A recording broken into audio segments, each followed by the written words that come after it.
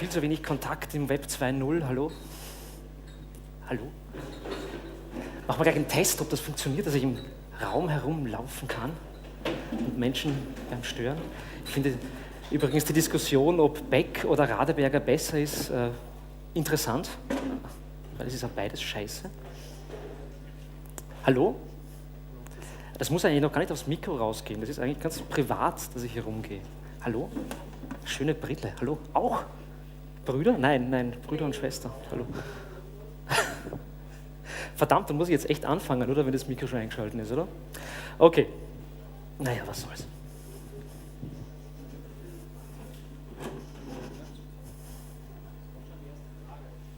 Bitte. Bald. Soon. Okay, first question. How many English speakers are here? How many? Okay, because a couple of people asked me if I could do it in English. Would it be a problem for you Germans to do it in English? Would it be a problem? Is there anybody? No. I tell you what, I'll do it partially in English and partially in German. And if I'm really emotional and if I really feel it, then I'm speaking in German, okay? By the way, ihr Deutschen habt ja sowieso nichts als Schuld. Und naja, gut.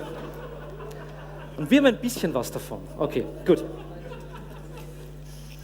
Okie So, first of all, my brand new Logitech PowerPoint remote. Let's try it. It works. Excellent. Okay. Doink.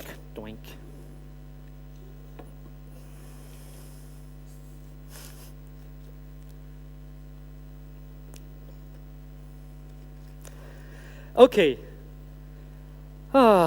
Beloved audience. Networking class. Or shall I call you white-collar supremacists?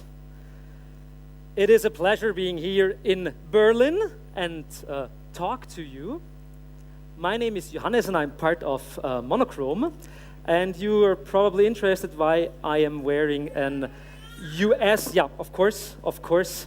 Little Merlin is crying because I wear a US Air Force cap, okay? Of course. Why do I wear a US Air Force cap? I think it's always like hidden in the details. Oh, Blitzkrieg, of course, yeah. Blitzkrieg 2.0, yeah. I'm wearing a US Air Force cap because, first of all, the cap is produced by a company called Rapid Dominance. And secondly, it was produced in Vietnam. And I like it. I don't know why. Okay, so I'm talking in English today because it's the lingua franca of late capitalism. And actually, the lingua franca of late capitalism is bad English. So maybe mine is a little bit bad, but whatever. So I'm part of Monochrom, and that's like a collection of our faces. So that's how we look like. That's probably a little bit too trashy, a little bit too punky for Web 2.0. So we thought maybe another thing, a little bit more beat, a little bit more beef, a little bit more HTML for you. And that's it. So, we are from Austria. At least a couple of us from Austria. One is from Bamberg, Germany. But we are mainly from Austria, so how could I explain Austria to you? It looks basically like that. That's the nerdism way, the nerd metaphor to explain Austria. Or maybe a little bit psychogeographical, Austria looks like that, okay?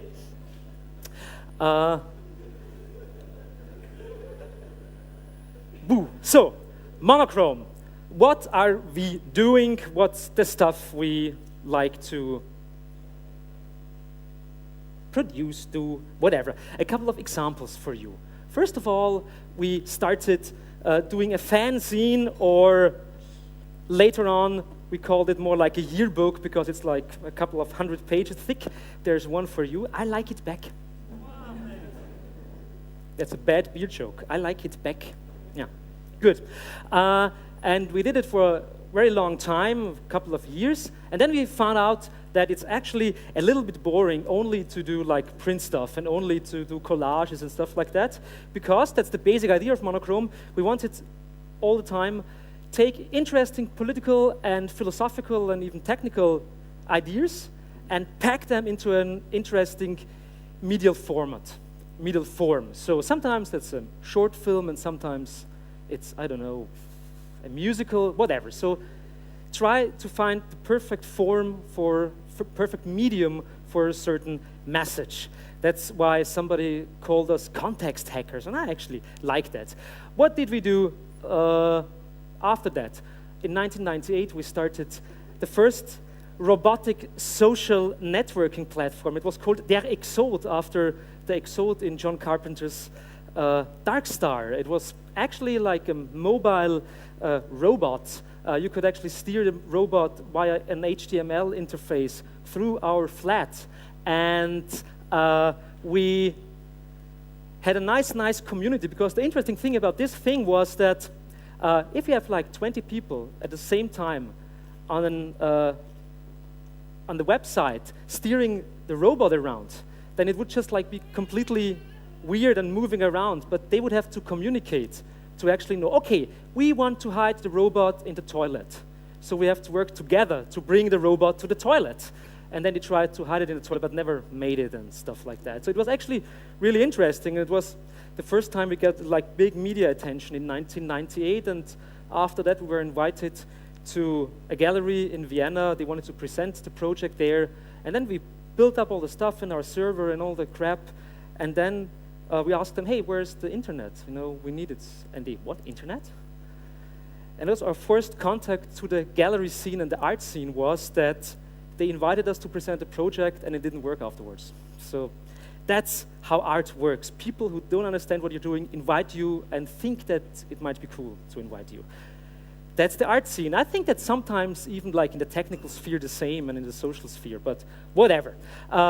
We are dealing with copyright issues and produce a couple of t-shirts about stuff like that.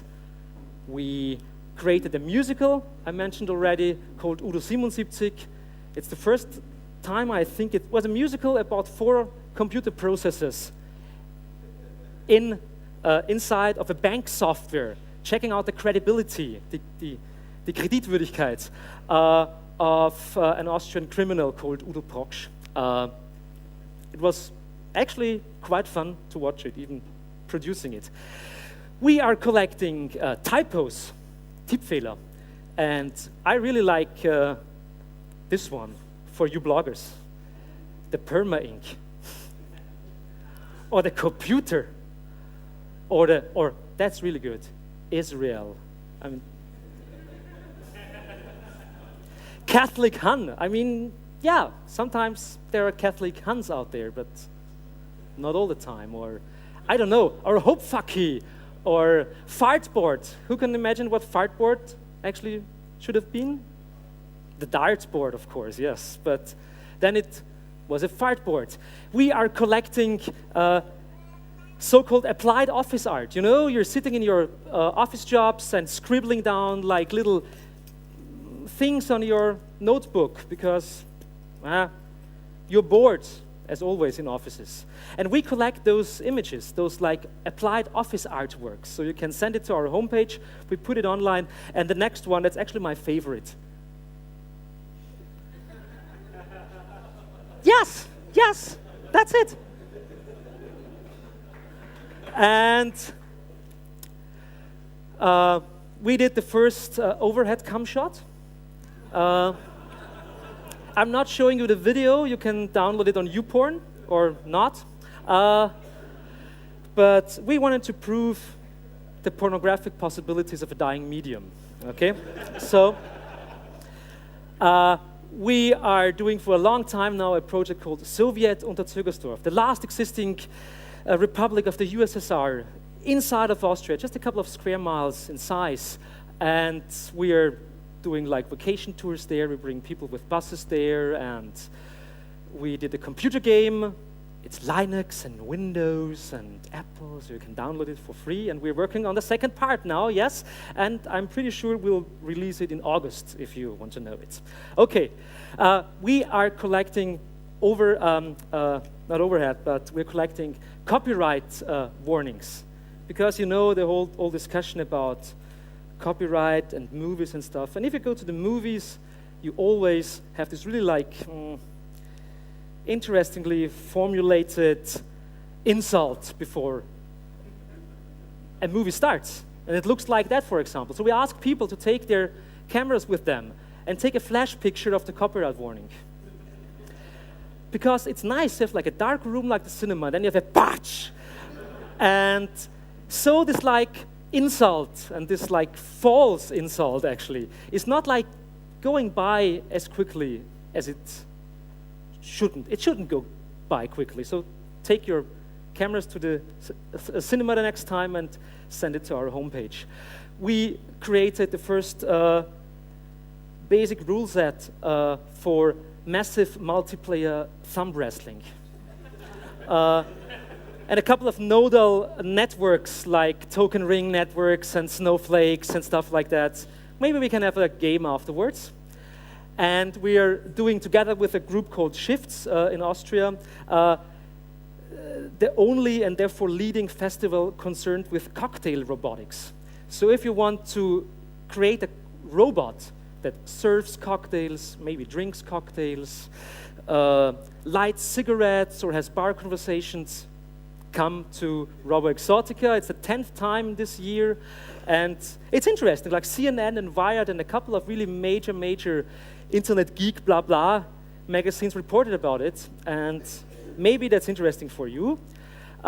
We bury people alive for 15 minutes, sometimes. So you can get down in a coffin and we close it, and that's Feelings 2.0. We do that.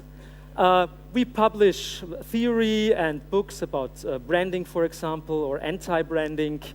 And we do love songs. And that's actually how I want to start today's performance with a love song for a really special thing.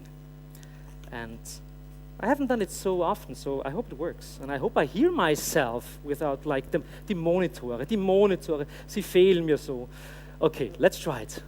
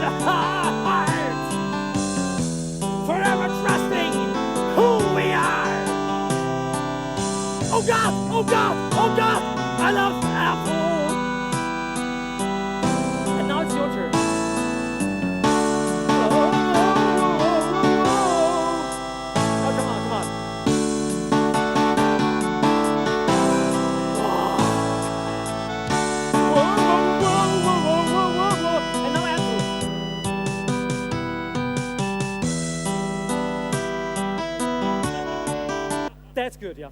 Yes. Oh, whoa, whoa, whoa, whoa. My God, my God, my God.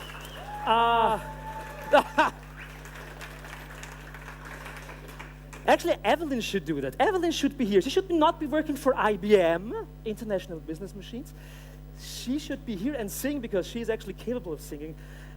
I'm not really. Okay, good. So, why am I here? I was invited to talk at a conference about blogging, about Web 2.0, about blogging, about Twitter, blogging, whatever. Okay, so first of all, a small political introduction. We have a picture here. And what's on the picture? On the picture, there are bubbles. Let's zoom in. Well, Fred, see, they can kill us. They can minimum wage us. They can put us into sociological terms. They can even make us vote for them. But they cannot use our little lunch break as a decorative poster for their good, clean offices and houses to advocate their idea of progress through the very beauty of us hanging right above that somewhat metaphorical void which symbolizes the fragile balance of capitalist world order and the romantic views of its very dangers. Damn right, Michelangelo. They can't go that far. And of course they can. And you should all take your noses and squeeze them because you love your noses. Whatever. Okay, so what am I talking about? And I'd like to introduce you, of course, the topic of today. First they Twitter, later they shit on your head. Of course, I mean, it's about social networking. Good. So, first, video click. I shouldn't do that. I shouldn't click on that because it opens an external player to show you a video, and that's always a problem, you know? So, a little bit of woo. Nah! One more time. Huh?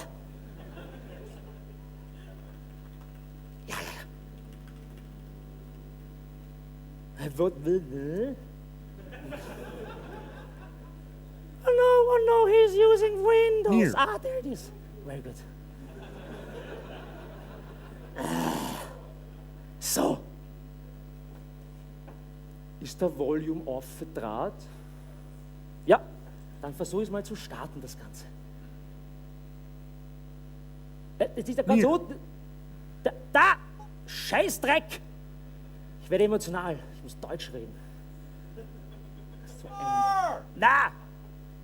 Was ist denn das? Der Dreck! Alles verraten! Der Gag, der schöne Gag zerstört! Nochmal! Na was? Aber jetzt! Hundsdreck! So. Near. Near. Hello, Kiki. Hey, Boo-Boo. How are you today? I'm so sad. My daddy is acting so strange lately. He's always working. He has no time. Do you know what happened? I don't know, but I know how we can find out. Let's Google together. Well, Boo-Boo, the Google says new economy and neoliberalism emerged, and that's what's troubling your daddy. What is that? New economy and neoliberalism denote a new relationship between the employer and the employee. Before the new economy, labor was conceived as it was ever since classic capitalism of the 18th century. You mean, a capitalism of production and goods? One that creates wealth exclusively through the production and sale of hard objects? Yes. The typical worker can be found in a proto-capitalist factory, and his work is defined by the plant. He sells his manpower and is therefore the direct opposite of the factory owner, who is the buyer of the worker's labor.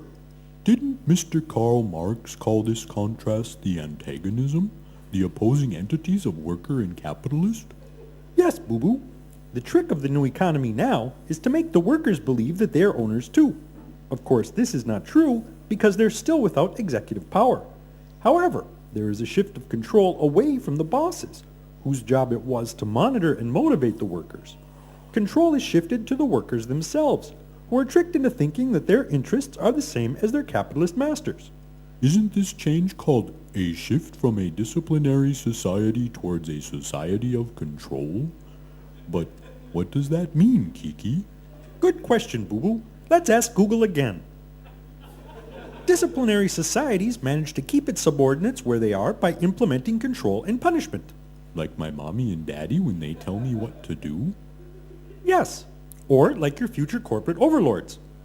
But control and punishment can't stifle an individual's inner resistance, and there are always ways of avoiding, if not hacking, these mechanisms of control. Like what?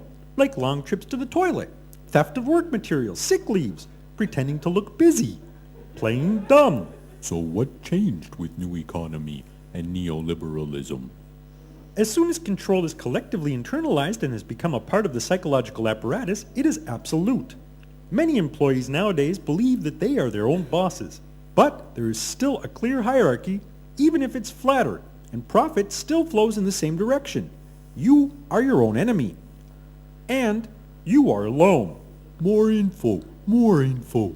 Whereas workers in the classic company model used to have a common interest, in the new economy, they are isolated to be sole entities. There was a strict we and them. Now, it's everybody against everybody. This de-solidarity turns into a model for society as a whole. Internet access. Online porn. Not again. The online porn monster. Online porn. Online porn. Online porn. Run away! Online porn. Yeah, online porn. Online porn. Online porn. Keep the stupid thing. It's only 112 anyway. Yeah. Okay, but now, do you understand why your daddy works so much lately, Boo-Boo? Yes, Kiki, but what can we do? Let's be nostalgic if we may. Let us see ourselves as workers, if only to remember who really controls the means of production. That is true, Kiki. I will go and tell my dad he should feel as a worker. Bye-bye. Online porn. Online porn. Online porn. Online porn. Yeah. Oh, yeah. Oh, online. Online porn. Porn. Online. Thanks.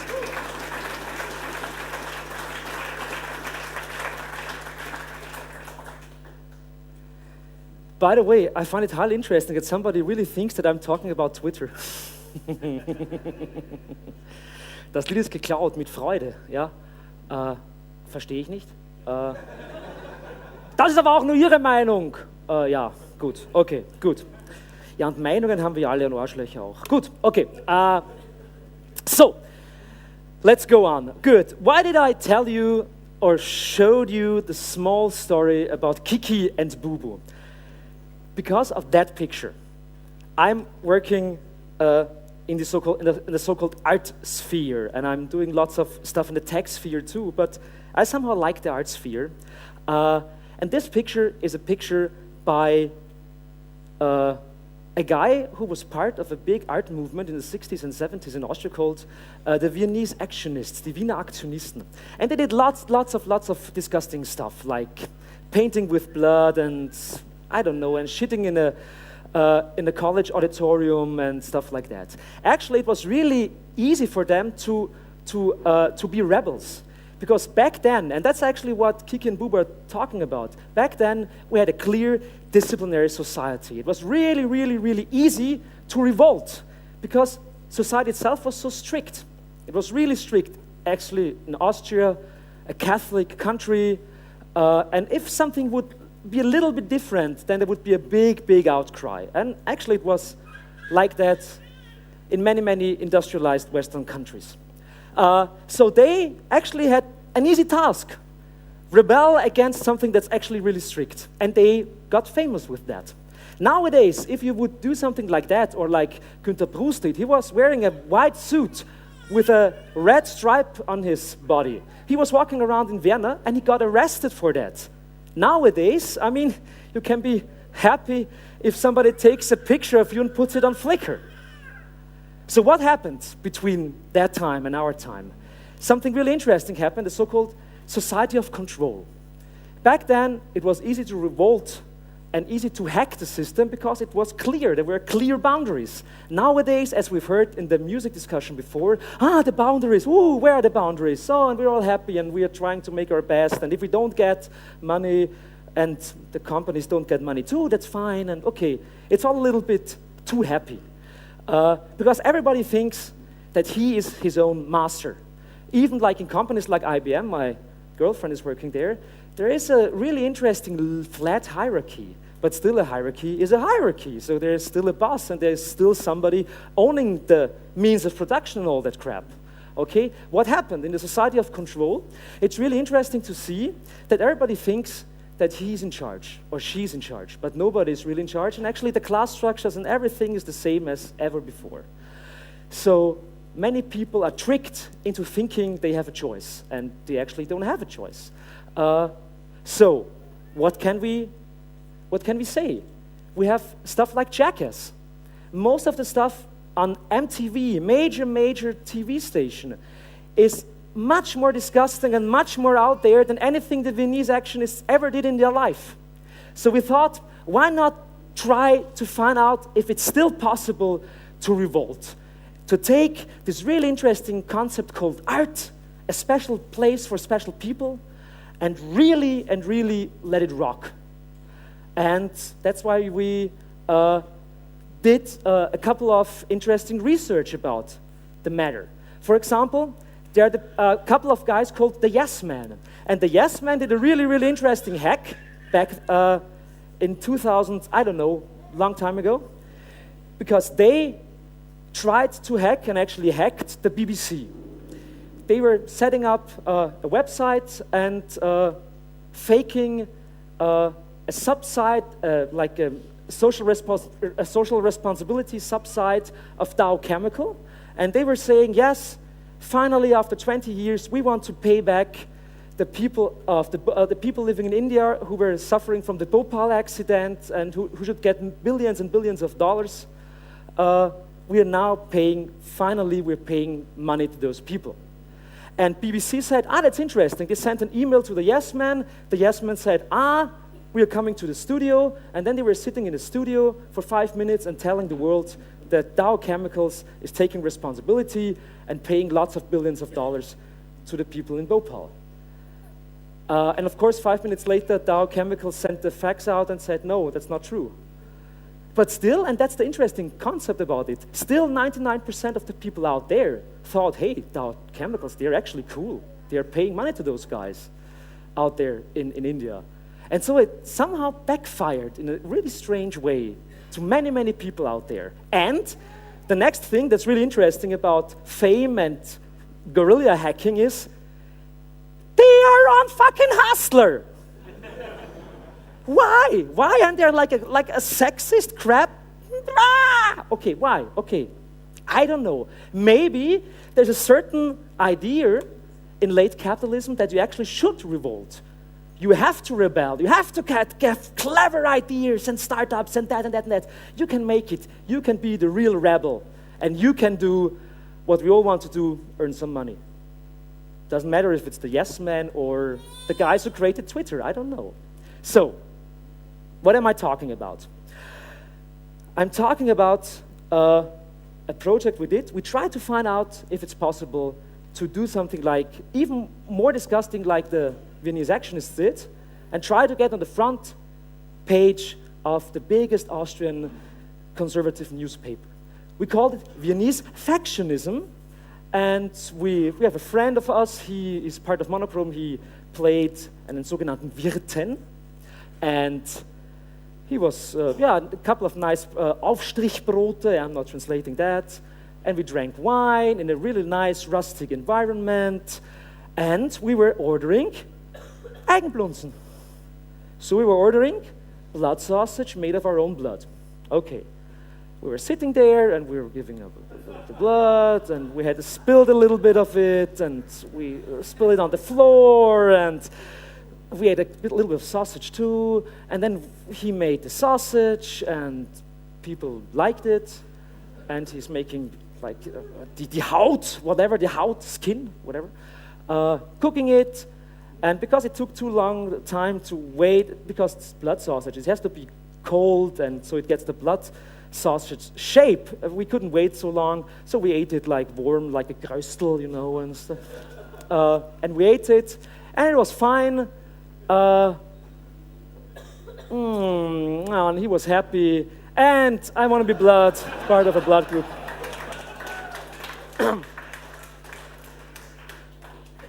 I want to be part of the blood group or blogger. Okay. What happened? Nothing happened. Nobody paid attention. No front page, nothing. Actually, we knew it. We knew that it wouldn't happen. Yeah. Actually, a couple of weeks ago, ein deutscher Bundesheersoldat macht das auch.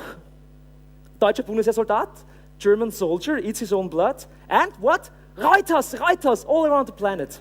Of course it happens. Because if a guy, like a normal guy, maybe a guy from the military is doing that, that's of course more important than something that happens in the strange thing called art world or counterculture or whatever. And that's why I think most of the real normal forms of art protest and even protest don't work anymore.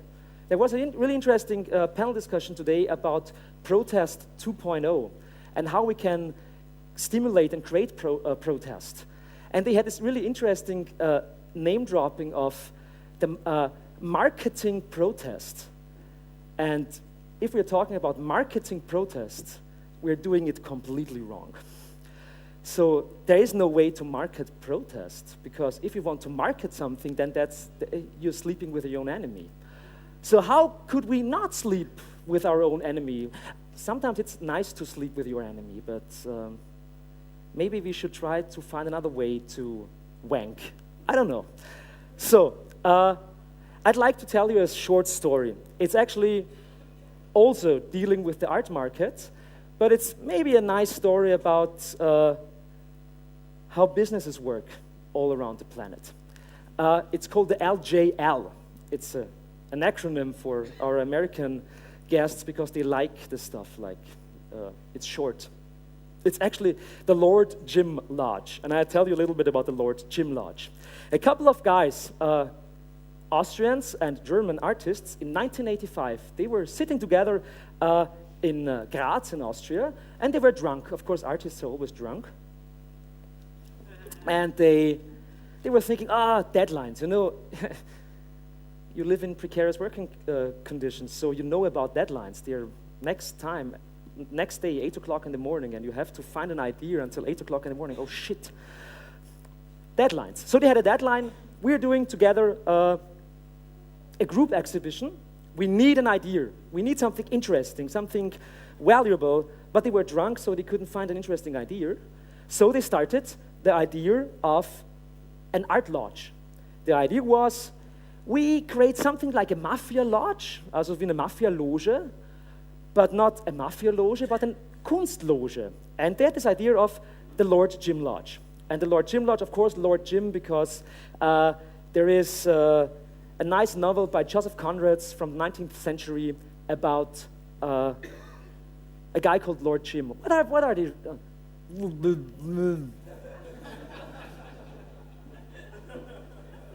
Na, sicher. Und ihr habt den Hitler gefressen, den haben wir euch zur Verfügung gestellt. Ja. Arschlöcher, aber hallo. Na wirklich. So. Und ich sag's nochmal, Deutschland. Ist halt wie es ist. Gut. Okay, so what they had this idea of the Lord Jim Lodge, and they had a couple of rules. First of all, we want to have, no female members. A little bit chauvinistic, you know, but okay, no female members. Second, we have to have something like a logo. A logo is really important. So they created this logo. Kippenberger, who is actually a good artist, scribbled down this strange logo on a coaster, on a Bierdeckel. It's a sun breast's hammer. Actually, if you want to see it, that's the breasts, that's the sun, and that's the hammer. Well, that's a nice corporate logo, why not? Okay. So they had a logo. No women, they had a logo. And how do we propagate the idea of the Lord Jim Lodge? We take the logo and put it on as many artworks as we can produce. On sculptures, on paintings, on whatever. And the more people see the logo, the more people will know the logo. And that's good for us. And of course, and that's number 4, they wanted that the logo of the Lord Jim Lodge, the logo should be more well known than the logo of the Coca-Cola company. that's a little bit like 1980s arts, anti-arts art. So we can't do it, but we think we can do it, but we'll do it anyhow, okay? So, and now I tell you the story of the Lord Jim Lodge in a couple of oil paintings. Okay, first oil painting, there is the Lord Jim. There are 4 people in astronaut suits. They climb up there. They see Lord Jim. They have the idea. They start the lodge. First painting. Second painting, that's Martin Kippenberger, a really important member of the Lord Jim Lodge. And he was part of the Documenta, really famous art exhibition in 1997. And he created a couple of subway entrances and put the logo on top of those subway entrances. And so many people suddenly knew about this strange Lord Jim logo and Lord Jim Lodge. And it was a little bit mystical, you know, what are they talking about, blah, blah, blah, blah, blah. By the way, there is a monster truck here because I think that the documentary is the monster truck show of the art world, so, but whatever. Okay, and a couple of years went by, and some of the members, although they made many artworks, they weren't really so much into this idea of the Lord Jim Lodge. One guy actually died, Wolfgang Bauer, and the others weren't so really into that, but Jörg Schlick, an artist from Graz, he was still pursuing the idea. And that's when he met 2 of our members, Daniel Fabri and Annika Kronberger. They're members of Monochrom. And they talked about the Lord Jim Lodge and what it's all about. And a couple of years later, in 2005, something really tragic happened. Jörg Schlick remembered Annika and Daniel, and he called them and said, hey, come to Graz, we'll talk. I have an idea. And then we were sitting there, all the monochromes and Jörg Schlick, and he was telling us the sad story of his ending, because he had terminal cancer. And he was actually not sad about that, but he had terminal cancer. It was a really strange and really tragic and sad moment when he told us the story. And he wanted to meet us because he wanted basically to give us the Lord Jim Lodge. Because he wanted that somebody out there is taking care about the Lord Jim Lodge. And he picked Monochrom and said, you're nice folks, you should do that. And we were sitting there, tragic, sad, and of course we said yes, we couldn't say no. And then he said, okay, you can only get the Lord Jim Lodge if you really let it rock. And we thought, oh my God, it's a really complicated story. I told it to you, only in details. It's a complicated story. How can we ever let it rock with this project? What can we do?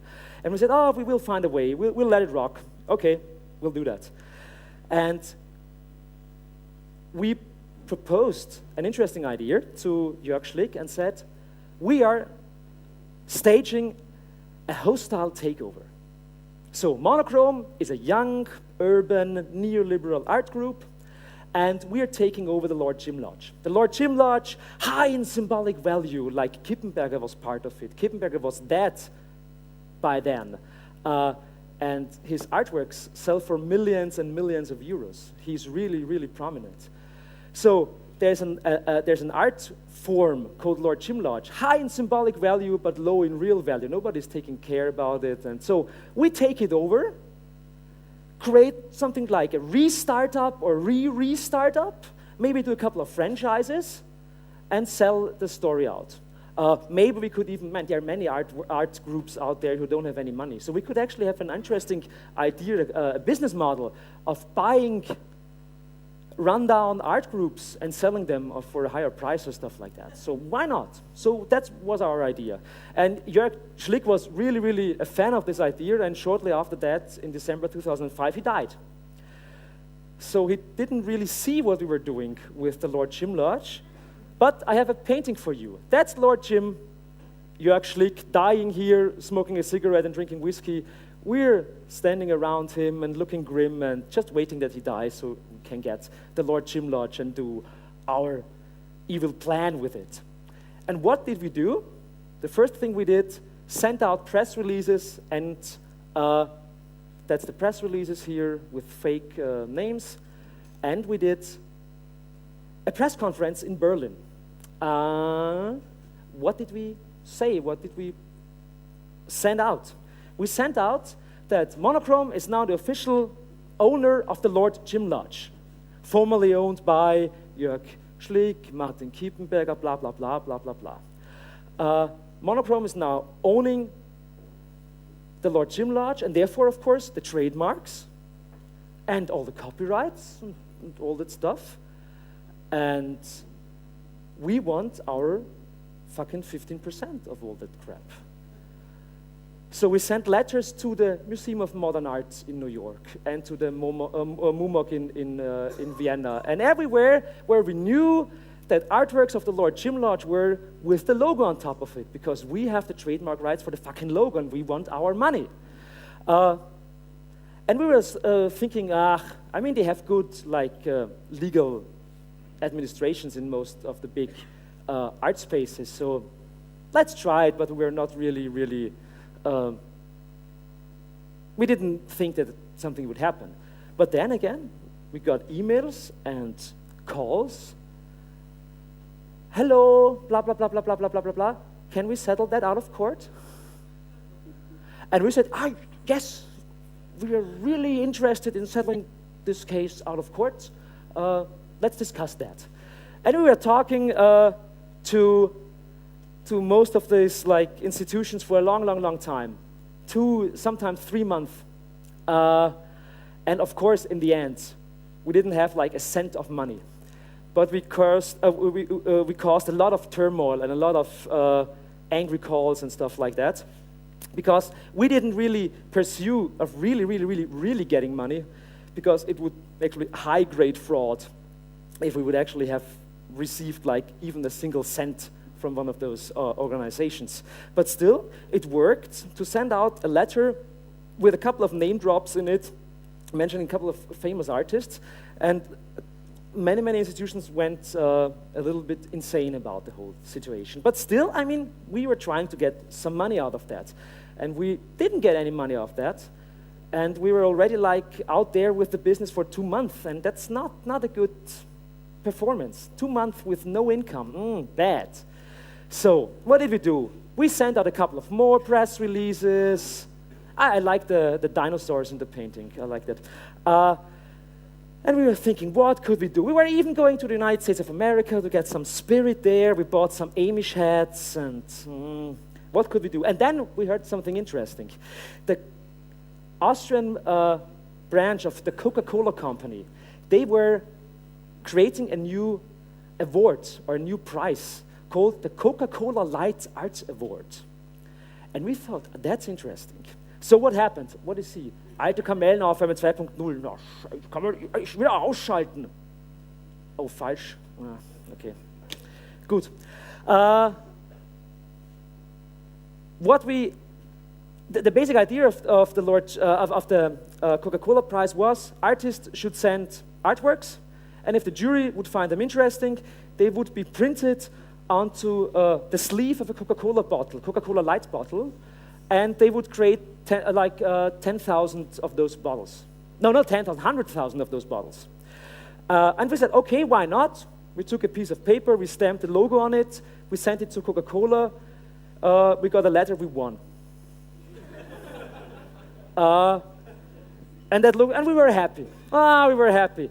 You see, there's the bottle, and I have one here for you. You shouldn't actually drink it, because I think it's not good for a year now. I don't really think that Coca-Cola really gets bad, but you shouldn't, whatever. So, we had 100,000 Lord Jim Coca-Cola bottles, and we were really happy, because we got 5,000 euros and lots of bottles. And we somehow made at least a part of the idea of the founding fathers true, because they wanted to have the logo more well-known than Coca-Cola, at least a little bit. We made that happen. The backs, of course, that's the internet, that the Photoshop transparency layer, and that's Mentos,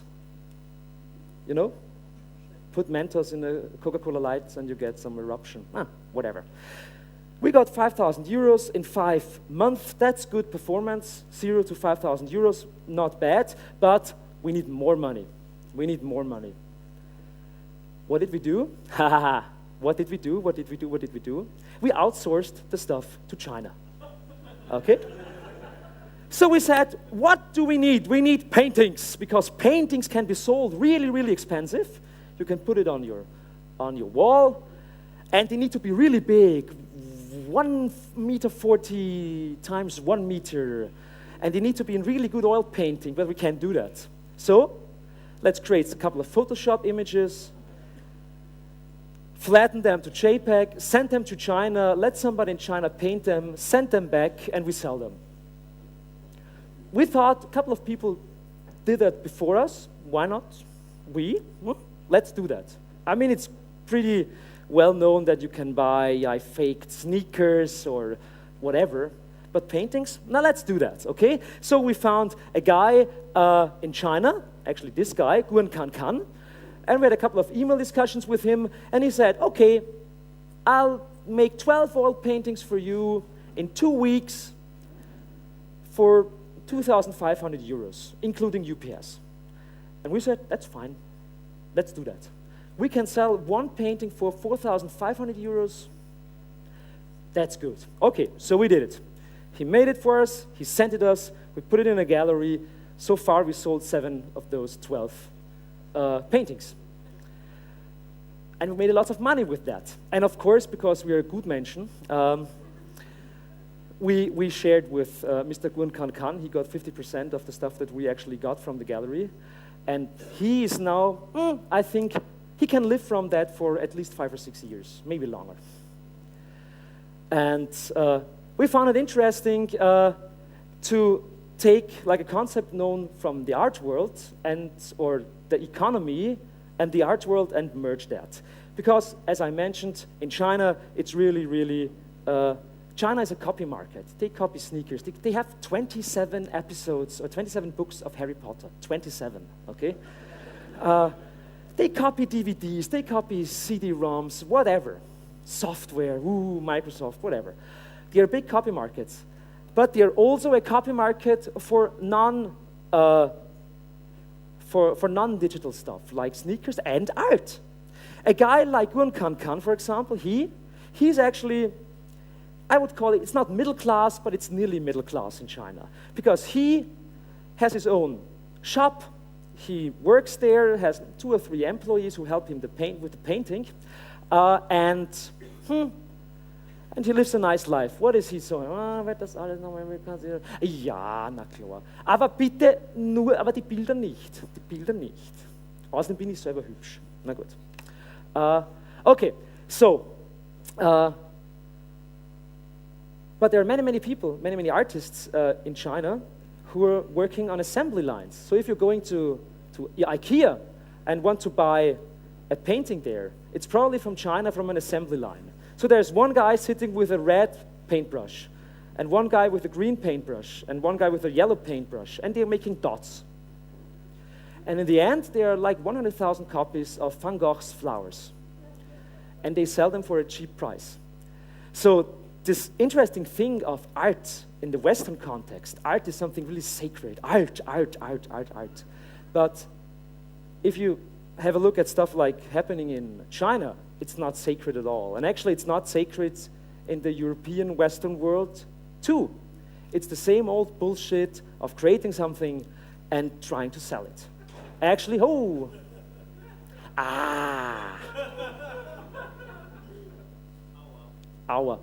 Wen meint er denn? Good. I think the last picture of the series is this one with the handshake and the re. And I'm here because I'm official representative of the Lord Jim Lodge, or Monochrom Powers Lord Jim Lodge. If there are any people out there who'd like to invest in our company, maybe like a Lord Jim Lodge 2.0, or like a Lord Jim Lounge, or whatever, I don't know. We should talk about that later. I mean, we try to do it with stencils, but stencils, that's so 1990s. We have maybe a Web 2.0 platform promoting the idea of the Lord Gym Lodge and making money with that. Maybe you're interested in helping us with that. Good. So, and because, there's a guy, a really famous prankster called Joey Skaggs. And Joey Skaggs is from San Francisco. And I sent him, because he has a homepage called pranks.com, and I sent him the description of the whole Lord Gym Lodge idea. And I told him, I think it would be really cool if you could feature the whole story on your blog. And he replied, no, it's too long, it's too complicated, I don't really get it, and do you have any proof for that? So one of the most famous pranksters on the planet thought that we were pranking him, and I think that's 100 points for us, I think. Okay, whatever. You can read the whole story here or on the Chaos Radio in German. And wake up, please. I'm an artist. I can do whatever I like, but I don't get any funding for it. Okay. Tootsie. So, good.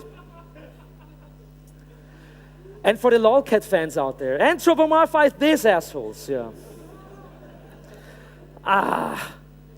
And for the people who like Google, I went to the Google campus like a year ago, and what did I find on the parking space of Google? What did I find? Google butt plugs. That's what I like. Good. So, I'm not sure, what's my time actually? Should I stop or should I go on? What's the... Okay, good. We are coming to... I'd like to show you a short film again. I forget about the whoo, because it's yet another video to click. Like, let's try it. It worked. So.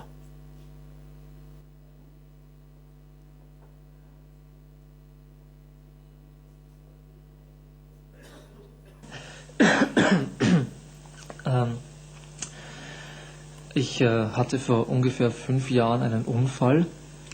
Meine Frau und ich, wir wollten damals unser Haus renovieren und ich habe einen guten Freund von mir eingeladen, der sollte uns dabei helfen.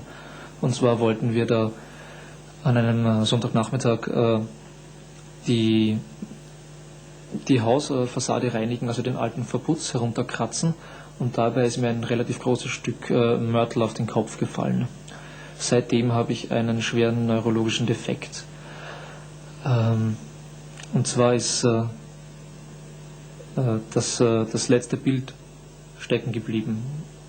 Und zwar ist das Bild meines Freundes, der mir zuruft, ich soll aufpassen. Und dieses Bild sehe ich seitdem Tag aus, Tag ein. Und zwar nur dieses Bild. Ich habe dann schon sehr bald jeglichen Kontakt zu meinem Freund abgebrochen, weil ich es einfach nervlich nicht mehr ertragen hätte, neben seiner ständigen Anwesenheit in meinem Gesichtsfeld dann auch noch sozusagen akustisch mit ihm zu tun zu haben. Das hätte ich einfach nervlich nicht mehr durchgehalten. Da war ich und bin ich psychologisch viel zu instabil. Ich habe dann natürlich diverseste Nervenkliniken besucht und bin eigentlich durch ganz Europa gekommen auf der Suche nach Ärzten, die mir mit meinen Problemen helfen konnten. Und hat aber eigentlich alles nichts gebracht. Ich habe dann aber nach einiger Zeit herausgefunden, wie ich den Zustand zumindest ein bisschen ändern kann.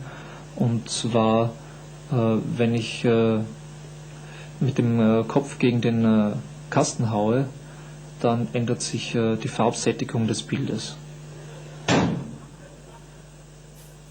Und manchmal funktioniert es auch nochmal, dann wird die Farbsättigung nochmal verändert. Und wenn ich besonderes Glück habe und wirklich stark hinhaue, dann ändert sich auch der Kontrast.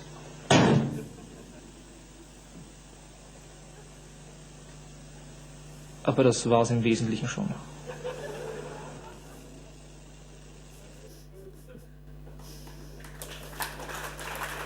So. Okay. I'm switching to German, because it's German now. Okay, warum zeige ich euch das? Weil wir dieses Video auf YouTube gestellt haben. Und auf YouTube war es auf einmal, nachdem es ein Jahr lang, keine Ahnung, 1500 Leute oder so angeschaut haben, auf einmal auf der Startseite des deutschen YouTubes. Und es gab innerhalb von einer Woche, keine Ahnung, haben sich dann 90.000 Leute angeschaut oder mehr und auf einmal 300 Kommentare. Und ich möchte gerne mit euch eine kurze Lesung der YouTube-Kommentare machen. Das ist immer der, der das geschrieben hat. Ja. Alter, verarschen halt nicht die dummen Leute, die deinen Scheiß glauben, du Bauer. Ey Leute, guckt euch mal an, wie der aussieht, nur weil ihm ein Dachziegel auf den Kopf gefallen ist, was der für einen Scheiß redet. Schrei doch nicht so rum, hättest du mal aufgepasst, dann wüsstest du jetzt, dass das sein Freund und nicht ihn selbst darstellt. Ich fand das gar nicht zum Lachen, mir ist das nämlich auch einmal passiert, aber Gott sei Dank ungefähr 3 Stunden, ich hatte Angst!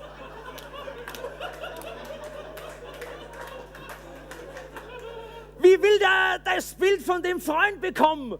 Der hat wo drauf, wenn das sein Kopf ist, dann lache ich, weil da war Metall... Was? Wer redet hier davon, dass das lustig sein soll? Das ist eine ernste Sache, da versucht euch jemand was aus seinem schweren Leben zu erzählen. Das ist ja echt schlimm, ich würde es mit Elektroschocktherapie versuchen und angenehmen Bildern. Oder jemand muss dich ganz stark erschrecken, wenn du nicht damit rechnest, dass das Bild... Was für... Wahrscheinlich das... Probieren geht über Studieren, das Gehirn ist das unerforschteste Gebilde, es gibt noch viel zu entdecken. Grottenolm, Michael. Der Humor daran ist, dass viele es für echt halten und ohne echtes Mitgefühl daherfloskeln. Oder einfach nur medial verblendet den Blick verloren haben und noch beschränkter sind als der Star dieses Filmchens. Heute auch selbst vor den Kasten oder klickt auf den Link oder schaut einfach welche weitere Werke von Monochrom an. Am Ende ist es moderne Kunst und damit hat jeder sein eigenes Ziel zu finden. Okay. Total deutsch. Ich fand's nicht schlecht, ist halt nichts für die Masse.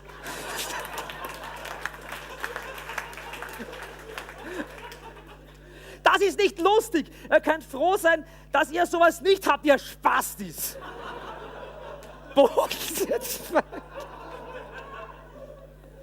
Gute Geschichte, aber ich glaube kein Wort. Denn würde auch bedeuten, dass die Gedanken gefroren sind, Schwachsinn. Also, das, gut. Warum müssen die Gedanken auch weg sein? Informiert euch doch einfach mal in Google darüber. Glaubt mir, das gibt es. Ich habe mal ein Referat darüber geschrieben. Na klar. Studenten. Kennt ihr keine monochromen Menschen? Man macht sich über sowas nicht lustig. Okay, und wenn ihr den Sinn dieses Videos nicht gepeilt habt, dann lasst eure scheiße Kommentare einfach, okay? Hey, dann schreibt dann nochmal, ja? Hey, ich habe voll Respekt, wie du damit umgehst. Ich bin froh, gesund zu sein, weißt du, und du bist es in deinem Herzlauch. Sagt mal, spinnt die Mehrheit komplett? Das ganze sinnfrei und geil Geschreibe läuft ja nur darauf hinaus, auf wie geil, dass es Hauptsache mir gut geht. Ihr rafft doch überhaupt nichts und dass sich ein Mensch mitteilt, dass es im Leben auch mal anders laufen kann. Ne, oh mein Gott, Egos und Fun-Junkies, beeindruckendes Video. Ihr humorlosen Arscheimer. Ah, das ist gut. Gibt es wirklich den Begriff Arscheimer?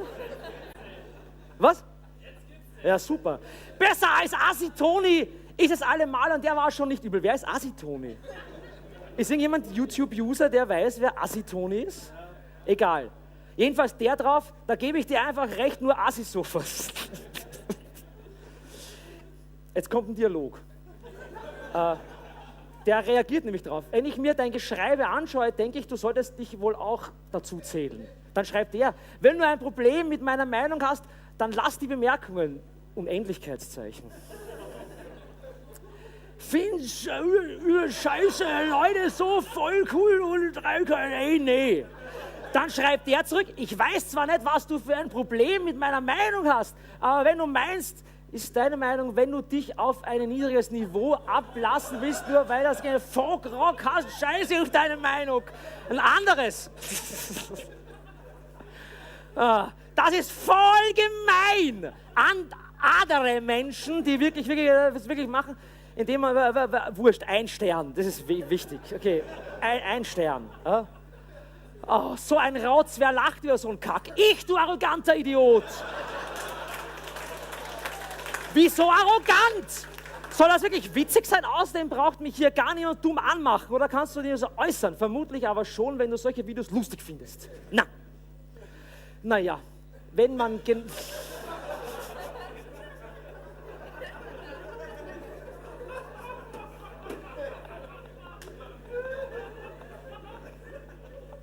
Naja, ich denke, so sieht man, dass es oft nicht nur physische, sondern auch psychische Belastungen gibt, die Behinderte haben.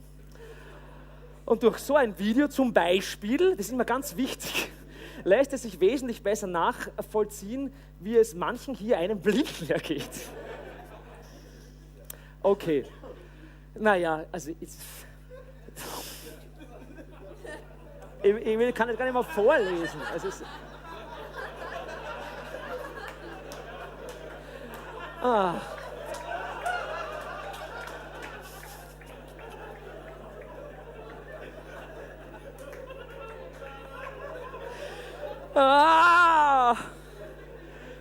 okay.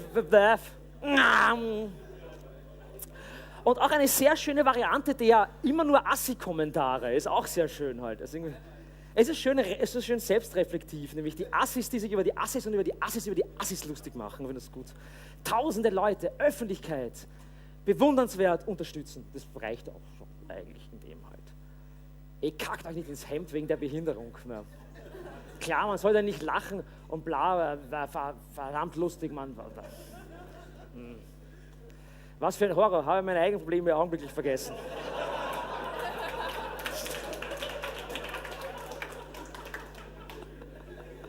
Fazit, wir lollen nicht über sie, wir lollen mit ihnen.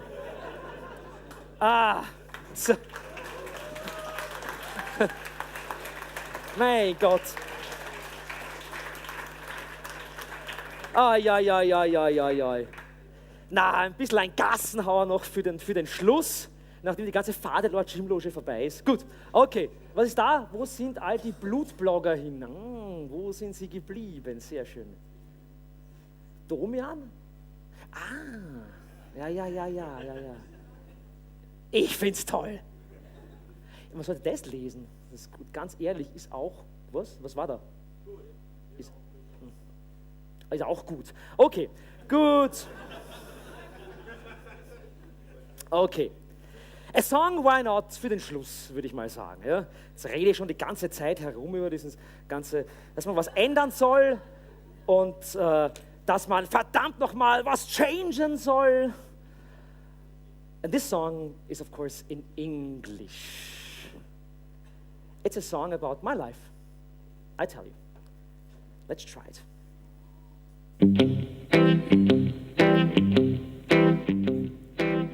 Senders, codes, and recipients. I'm an unconventional boy. So many cultural sediments. Intervention is a perfect toy. And even if time ain't really on my side, it's one of those days for a semiotic fight. Pranking can be so much fun. Just do it and run. Guerrilla communication. Using the absurdities of power. I'm feeling alienation. Liberalism is a golden shower. And even if time is running out so fast, my messages, they never gonna last. But the system shall rot. Over-identification is the tool I've got. La la la la la la la. La la la la la la. If you have like lighters, Feuerzeuge, La la la la la la la. I forget it. La la la la la la la la. You can be sure that if you're feeling right, a jealous dream lasts long into the night. Tomorrow morning you'll face your deepest fears. Past for this may last 10,000 years. I think I'll talk at some conference. They'll pay some cash for a hard-hacking man. And I'll be an artist in residence somewhere, just doing the best that I can.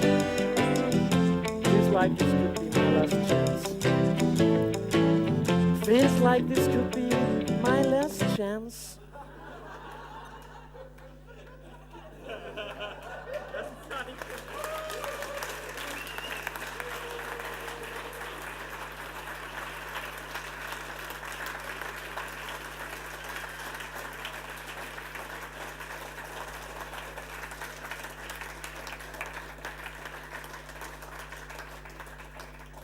Wie lange ich an dem Effekt gearbeitet habe.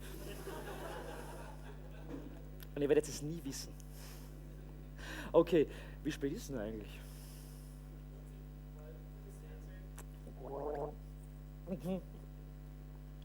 Gut.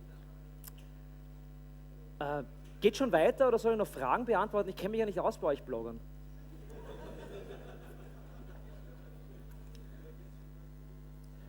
Geht schon weiter? Keine Ahnung. Ja, wir sind eine halbe Stunde später, weil ich eine halbe Stunde später angefangen habe. Ach so, okay. Übrigens, damit es endlich mal gesagt wird, ein großer Applaus für die Leute, die diese wunderbare Konferenz organisiert haben und vor allem an die Technik da hinten. Bitte sehr.